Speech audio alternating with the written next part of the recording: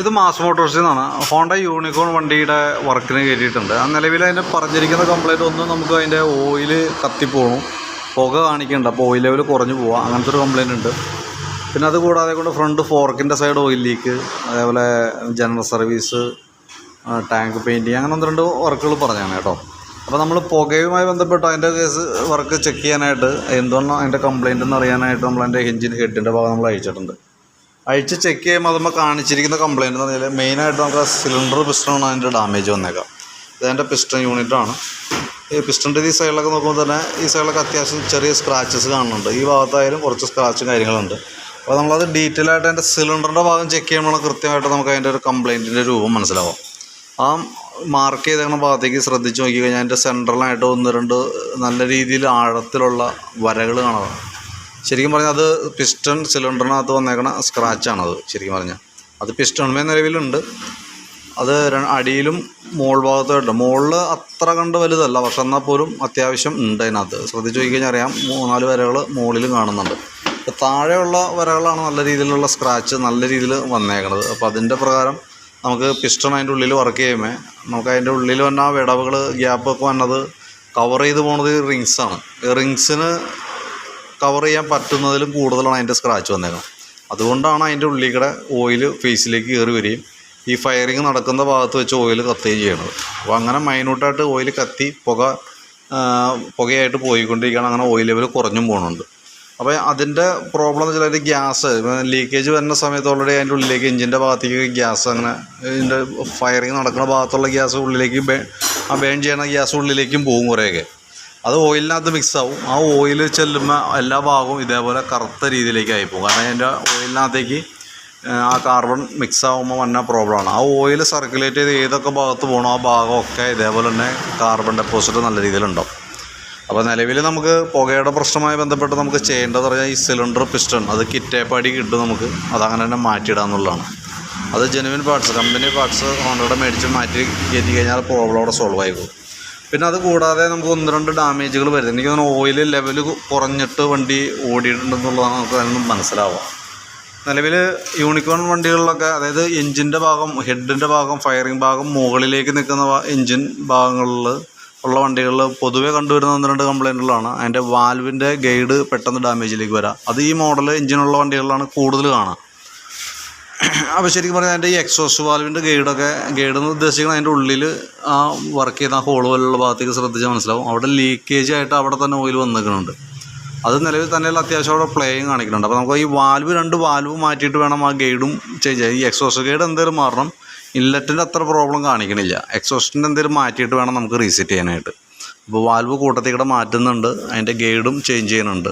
അത് കൂടാതെ കൊണ്ട് ഈ ക്യാം ഷാഫ്റ്റിന് വേറെ ഡാമേജ് ഇല്ല. അതിൻ്റെ സൈഡിൽ വന്ന ബെയറിങ്ങുകൾക്കാണ് പ്രോബ്ലം വന്നേക്കുക. ഈ ചെറിയ ബെയറിങ് നല്ല രീതിയിൽ പ്ലേ കാണിക്കുന്നുണ്ട്. അപ്പോൾ അതും നമുക്ക് ലെയ്ത്തിൽ കൊടുത്തു കഴിഞ്ഞാൽ റെഡിയാക്കി കിട്ടും. അപ്പോൾ നമുക്ക് ലെയ്ത്ത് വർക്കായിട്ട് വരുന്നത് ഈ 2 ഐറ്റമാണ്. ഒന്ന് നമുക്ക് വാൽവ് കിറ്റ് മാറ്റണം, ഗൈഡ് മാറണം, വാൽവ് സീറ്റ് ചെയ്യണം. അതിന് വേണ്ടിയിട്ടാണ് ഈ ഹെഡ് ലെയ്ത്തിൽ പോകേണ്ടത്. ഈ ക്യാം ഷാഫ്റ്റിൻ്റെ ഈ 2 ബെയറിങ്ങും കൂട്ടത്തിൽ കൂടെ മാറ്റി നമുക്കത് ക്ലിയർ ചെയ്തെടുക്കാനായിട്ട് പറ്റും. പിന്നെ സിലിണ്ടറൊക്കെ ഓൾറെഡി നമ്മളത് മാറ്റി പുതിയതിടാനാണ് പറയുള്ളൂ. കാരണം ഞാൻ ബോറിങ് ചെയ്താലും നമുക്ക് ബെനിഫിറ്റ് എന്ന് പറഞ്ഞാൽ ഒരു 1000-1400 വേരിയേഷൻ ഉണ്ടാവുള്ളൂ. കമ്പനി ഐറ്റം മേടിച്ച് കയറ്റുന്നതാണ് ഏറ്റവും ബെറ്റർ.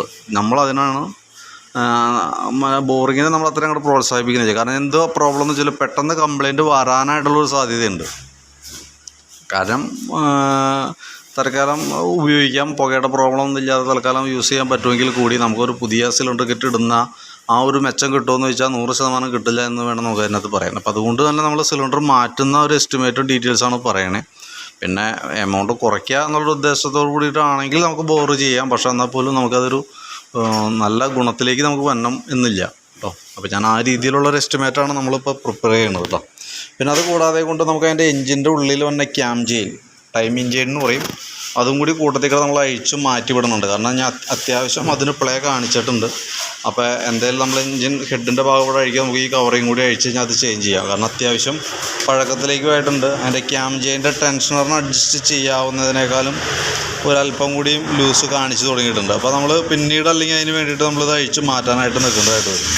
അല്ലെങ്കിൽ എപ്പോഴും നമുക്ക് അതിൻ്റെ ഉള്ളിൽ നിന്ന് ഒരു ചിലമ്പല സൗണ്ടായിട്ട് തന്നെ കാണിച്ചുകൊണ്ടിരിക്കും. അപ്പോൾ അതുകൊണ്ട് നമ്മൾ അതും കൂടി അഴിച്ചിട്ടുണ്ട് കൂട്ടത്തിൽ കേട്ടോ.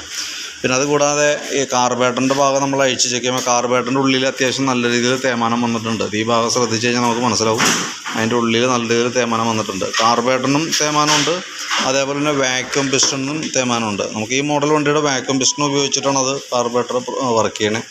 അപ്പോൾ ഈ ഭാഗത്ത് നോക്കുമ്പോൾ ഇവിടെയും തേയ്മാനം കാണുന്നുണ്ട് കേട്ടോ. അപ്പോൾ കാർബേറ്റർ വാക്യൂം പിസ്റ്റൺ മാറ്റി കാർബേറ്റർ ക്ലീനർ ഉപയോഗിച്ച് ക്ലീൻ ചെയ്തിട്ട് വേണം നമുക്ക് റീസെറ്റ് ചെയ്യാനായിട്ട്. കൂട്ടത്തിൽ നമ്മൾ എഞ്ചിൻ ഓയിൽ മാറണം. പിന്നെ ജനറൽ സർവീസായിട്ട് കൂട്ടത്തിൽ നമ്മൾ ചെയ്തു പോകുന്നുണ്ട്. ജനറൽ സർവീസ് ഓൾറെഡി പറഞ്ഞിട്ടുമുണ്ട്. എയർ ഫിൽറ്റർ തുടങ്ങിയിട്ട് ബാറ്ററി ടെസ്റ്റ് കാര്യങ്ങളൊക്കെ കൂട്ടത്തിൽ നമ്മൾ ചെയ്യും. 2019 ബാറ്ററിയാണ്. ബാറ്ററി ടെസ്റ്റ് ചെയ്തിട്ട് അതിൻ്റെ ഡീറ്റെയിൽസ് കൂടി അതിനകത്ത് ഇടാം കേട്ടോ. പിന്നെ അതേപോലെ തന്നെ വണ്ടി ഓടിച്ച് നോക്കുന്ന സമയത്ത് ചെയിൻ്റെ ഭാഗത്ത് നല്ല സൗണ്ട് ഉണ്ടായിരുന്നു. ചെയിൻ അത്യാവശ്യം ലൂസുണ്ട്, കുറച്ചുകൂടി വലിക്കാനുണ്ട്. പക്ഷേ നമുക്ക് അതിൻ്റെ സ്പോക്കറ്റിൻ്റെ ഈ ബാക്ക് സൈഡ് ശ്രദ്ധിച്ച് കഴിഞ്ഞാൽ മനസ്സിലാവും ഇവിടെ കൃത്യമായിട്ട് സ്പോക്കറ്റുമായിട്ട് പിടിക്കാത്തൊരു അത്യാവശ്യം നല്ല രീതിയിൽ തന്നെ ലൂസ് കാണിക്കുന്നുണ്ട്. അപ്പോൾ നമ്മളെങ്ങനെ ടൈറ്റ് ചെയ്താലും ചെയിൻ്റെ സൗണ്ട് ഉണ്ടാവാനായിട്ടുള്ള സാധ്യത കൂടുതലാണ്. സൗണ്ട് ചെറുതായിട്ട് നമ്മളിപ്പോൾ ടൈറ്റ് ചെയ്താലും കുറച്ച് കഴിയുമ്പോഴത്തേക്കും പെട്ടെന്ന് ലൂസായി പോവാം, ചെയിൻ പെട്ടെന്ന് അടിക്കാനായിട്ട് തുടങ്ങും. അതാണ് ശരിക്കും ഇങ്ങനെ വന്നാലുള്ള പ്രോബ്ലം. അതായത് ഇങ്ങനെ കാണിക്കുന്ന ചെയിനുകളിൽ കാണിക്കുന്ന ഒരു സ്വഭാവം അതാണ്. നമ്മളിപ്പോൾ ടൈറ്റ് ചെയ്യുമ്പോൾ തൽക്കാലത്തേക്ക് മാറും, പക്ഷേ നമുക്ക് ഒരാഴ്ചക്കുള്ളിൽ അല്ലെങ്കിൽ 2 ആഴ്ചക്കുള്ളിൽ തന്നെ വീണ്ടും ചെയിൻ അടിക്കാനുള്ളത് തോന്നും. കാരണം ഞാൻ കറക്റ്റായിട്ട് ഈ ഭാഗങ്ങളിലൊന്നും പിടിക്കാത്തൊരു സിറ്റുവേഷനാണ്. പിന്നെ ഒരു ചിലമ്പൽ സൗണ്ട് ചെയിൻ്റെ ഭാഗത്തുനിന്ന് ഉണ്ടാവുകയും ചെയ്യും. അപ്പോൾ അത് മാറണമെന്നുണ്ടെങ്കിൽ നമുക്ക് ചെയിൻ കിറ്റേപ്പാടി സെറ്റായിട്ട് മാറ്റിയാലാണ് അത് ആ ഭാഗം പരിഹരിക്കാനായിട്ട് പറ്റുള്ളൂ. പിന്നെ ബ്രേക്കൊക്കെ നമ്മൾ കൂട്ടത്തേക്കൂടെ അഴിച്ച് ക്ലീനിങ് നടത്തും. പിന്നെ അതേപോലെ തന്നെ ഈ ഭാഗത്തേക്ക് വരുമ്പോഴത്തേക്ക് നമുക്ക് ഫ്രണ്ട് ബ്രേക്കിൻ്റെ ഭാഗം നമ്മൾ ചെക്ക് ചെയ്യാനായിട്ട് അയച്ചിട്ടുണ്ട്. ഫ്രണ്ട് നല്ല രീതിയിലുള്ള ലോഡായിട്ടുണ്ടായിരുന്നു, പക്ഷേ നമ്മളത് അയച്ച് അതിൻ്റെ പിസ്റ്റൺ ചെറിയൊരു ടൈറ്റ് കാണിച്ചിട്ടുണ്ടായിരുന്നു. WD-40 ഒക്കെ അടിച്ചിട്ട് വർക്ക് ചെയ്യിക്കുമ്പോൾ ഓക്കെ ആയിട്ടുണ്ട്, വേറെ പ്രോബ്ലം ഒന്നുമില്ല. ബ്രേക്ക് പാഡ് നമുക്ക് അതിൻ്റെ എൻഡിലേക്ക് എത്തിയിട്ടുണ്ട് കേട്ടോ. അത്യാവശ്യം നിസ്സാരം കൂടി ഓടാനുള്ളൂ, ലൈനിലേക്ക് അടുത്തു. അപ്പോൾ ബ്രേക്ക് പാഡ് മാറ്റിയിടുന്നതായിരിക്കും നല്ലത്. കാരണം അല്ലെങ്കിൽ നമ്മൾ അടുത്ത സർവീസ് വരെ കിടക്കാനായിട്ടുള്ള സാധ്യത കുറവാണ്. അപ്പോൾ അടുത്ത സർവീസ് വരെ കിടന്നില്ല എന്നുണ്ടെങ്കിൽ പറ്റുകയെന്ന് വെച്ചാൽ ഈ ആസ്പെറ്റോസിൻ്റെ ഈ ഭാഗം അങ്ങോട്ട് തേഞ്ഞ് കഴിഞ്ഞാൽ പിന്നെ മെറ്റലുമേക്ക് കയറി പിടിക്കും, ബാക്കിയത്തെ മെറ്റൽ ഭാഗമാണ്. അപ്പോൾ അത് ചിലപ്പോൾ നമുക്ക് ഇന്നത്തെ സ്ക്രാച്ചസ് കാര്യങ്ങളൊക്കെ വന്നു കഴിഞ്ഞാൽ പിന്നെ ഡിസ്ക് പ്ലേറ്റുമായി മാറ്റേണ്ട ഒരു സിറ്റുവേഷനിലേക്കൊക്കെ എത്തിയേക്കാം. അപ്പോൾ നമ്മൾ പെട്ടെന്ന് അറിഞ്ഞൊന്നും വരില്ല സംഭവം. അപ്പോൾ അത് കൂട്ടത്തിക്കൂടെ മാറ്റി പോകണമായിരിക്കും എപ്പോഴും സേഫ് കേട്ടോ. പിന്നെ ഫ്രണ്ട് ഫോർക്കിൻ്റെ സൈഡും നമുക്ക് ലീക്കേജ് കാണുന്നുണ്ട്. അത് നമ്മൾ പുറമേ നിന്ന് നോക്കുമ്പോൾ നമുക്ക് ഫോർക്ക് പൈപ്പിന് ഡാമേജ് തോന്നണമൊന്നുമില്ല, ഓയിൽസിൽ മാറ്റിയിട്ടാൽ കിട്ടേണ്ടതാണ്. 1-2 സ്ക്രാച്ചസിന് വരകളൊക്കെ കാണുന്നുണ്ട്. 100% പെർഫെക്ഷൻ എന്ന് പറയാൻ പറ്റുമൊന്നുമില്ല, പക്ഷേ ഓയിൽസിൽ മാറ്റിയിട്ടാൽ നമുക്ക് വേണമെങ്കിൽ കുറേ കൂടി നമുക്ക് ഉപയോഗിക്കാം. ഓക്കെ. പിന്നെ ഹാൻഡിൽ ബെയറിങ്ങിൻ്റെ കേസ് കൂടി ഒന്ന് ചെക്ക് ചെയ്ത് നോക്കാം, നോക്കിയിട്ട് അതിൻ്റെ ഡീറ്റെയിൽസ് ഒന്ന് പറയാം കേട്ടോ. അപ്പോൾ ഞാൻ അതിൻ്റെ ഏകദേശം നമ്മളിപ്പോൾ എത്ര വർക്ക് ചെയ്യുമ്പോൾ നമുക്ക് അതേപോലെ തന്നെ ടാങ്ക് പെയിൻറ്റിങ്ങിൻ്റെ കേസ് പറഞ്ഞിട്ടുണ്ട്. ടാങ്ക് നമ്മൾ പെയിൻറ്റിങ്ങിനും കൊടുത്തിട്ട് അതിൻ്റെ ഡീറ്റെയിൽസ് അതും കൂടി എസ്റ്റിമേറ്റിനകത്ത് ആഡ് ചെയ്തേക്കാം കേട്ടോ. അതുകൂടി കൂട്ടിയിട്ടുള്ള എസ്റ്റിമേറ്റ് പറയാം. പിന്നെ സൈഡ് കവറിൻ്റെ ഇവിടുത്തെ നോബാണ് നമുക്ക് ഡാമേജ് പറഞ്ഞാണ്, പക്ഷേ സൈഡ് കവർ നോബ് മാത്രമല്ല ഈ സൈഡ് പൊട്ടിയിട്ടുമുണ്ട്. സൈഡ് കവറിൻ്റെ ഇവിടുന്ന് പൊട്ടി അടന്നു പോയിട്ടുണ്ട്. അത് കൂടാതെ കൊണ്ട് അതിൻ്റെ സൈഡ് കവറിൻ്റെ ബാക്ക് സൈഡ് വരുമ്പോഴത്തേക്കും ബാക്കിൽ തന്നെ ഇവിടുത്തെ പീസും പൊട്ടിപ്പോയേക്കാം. എനിക്ക് തോന്നുന്നു ഏകദേശം ഒരു 700 രൂപ 750 രൂപയൊക്കെയാണ് നമുക്ക് ഈ സൈഡ് കവറിൻ്റെ റേറ്റ് വരിക. ഈ സ്റ്റീലിൻ്റെ കവർ ഉണ്ടാവില്ല ഈ വന്ന ഭാഗത്തിന്. അതിന് അവൈലബിൾ ആണോ എന്ന് നോക്കാം, ഉണ്ടെന്നുണ്ടെങ്കിൽ അത് മാറ്റിയിടണമായിരിക്കും സേഫ് കേട്ടോ. ഇനി അതല്ലെങ്കിൽ തൽക്കാലം വേണമെങ്കിൽ നമുക്ക് ആ നോബ് സെറ്റ് ചെയ്തിട്ട് വെക്കാം, പക്ഷേ ബാക്കിൽ നിന്ന് സൗണ്ട് വൈബ്രേഷൻ സൗണ്ട് എന്തെങ്കിലും കാണിക്കും. ഞാൻ എസ്റ്റിമേറ്റിൽ അത് ഉൾപ്പെടുത്താം. ഐറ്റം ഉണ്ടോ എന്ന് നോക്കട്ടെ, ഉറപ്പില്ല. ഞാനത് ഉണ്ടെങ്കിൽ അതും കൂടി നമുക്ക് മാറ്റുന്നതാണ് എപ്പോഴും നല്ലത് കേട്ടോ.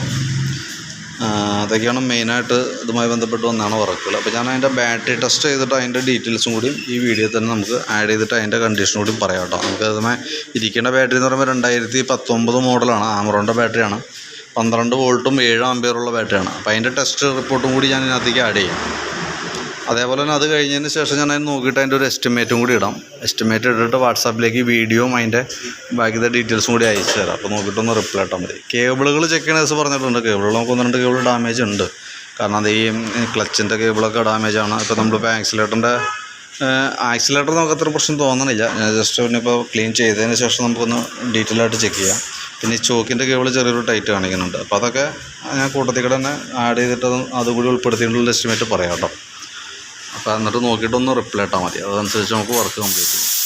നമുക്ക് അതിൻ്റെ ബാറ്ററിയുടെ കേസ് ഉണ്ടല്ലോ, ബാറ്ററി നമുക്ക് 2019 ബാറ്ററിയാണ് ഇരിക്കണം. അപ്പോൾ ഞാൻ അതിൻ്റെ ഒന്ന് ചെക്ക് ചെയ്തിട്ട് അതിൻ്റെ റിപ്പോർട്ടും കൂടി ഒന്ന് കൂട്ടത്തിൽ കൂടെ ചെയ്യണുണ്ട്, ആഡ് ചെയ്യുന്നുണ്ട്. നമുക്ക് വോൾട്ട് ചെക്ക് ചെയ്യുമ്പോൾ 12.5 വോൾട്ട് കാണിക്കുന്നുണ്ട്. 12.65 വരുന്നുണ്ട്.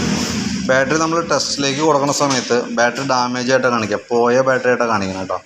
അപ്പോൾ സെൽഫിൻ്റെ പ്രോബ്ലം ഇപ്പം നിലവിൽ സെൽഫ് അടിച്ചാൽ നമ്മൾ വണ്ടി കയറ്റിയതൊക്കെ, പക്ഷേ എപ്പോൾ വേണമെങ്കിലും സെൽഫിൻ്റെ കംപ്ലയിൻറ്റ് കാണിക്കാനായിട്ടുള്ളൊരു സാധ്യതയുണ്ട്. അപ്പം അതിപ്പോൾ നമുക്ക് മാറ്റേണ്ട ആവശ്യമൊന്നുമില്ല. കാരണം എന്താ വെച്ച് കഴിഞ്ഞാൽ നമുക്ക് ഓൾറെഡി കിക്കറൊക്കെ ഉള്ളതുകൊണ്ട് തന്നെ ഇനി സെൽഫ് സ്റ്റാർട്ടിങ്ങിന് എന്തെങ്കിലും പ്രോബ്ലം കാണിച്ചാൽ പോലും നമുക്ക് കിക്കർ അടിച്ച് വണ്ടി സ്റ്റാർട്ട് ചെയ്യാവുന്നതാണ്. അതിന് ശേഷം നമുക്ക് നോക്കിയിട്ട് കംപ്ലയിൻറ്റ് കാണിച്ചിട്ട് ബാറ്ററി മാറ്റിയാൽ മതി. ഓക്കെ, അപ്പോൾ ഞാൻ അതിൻ്റെ എസ്റ്റിമേറ്റിൻ്റെ പറഞ്ഞ രീതിയിൽ ഞാൻ അതിൻ്റെ ഡീറ്റെയിൽസ് ഒന്ന് വാട്സാപ്പിലേക്ക് ഇട്ടേക്കാം. നോക്കിയിട്ടൊന്ന് റിപ്ലൈ ഇടണം കേട്ടോ.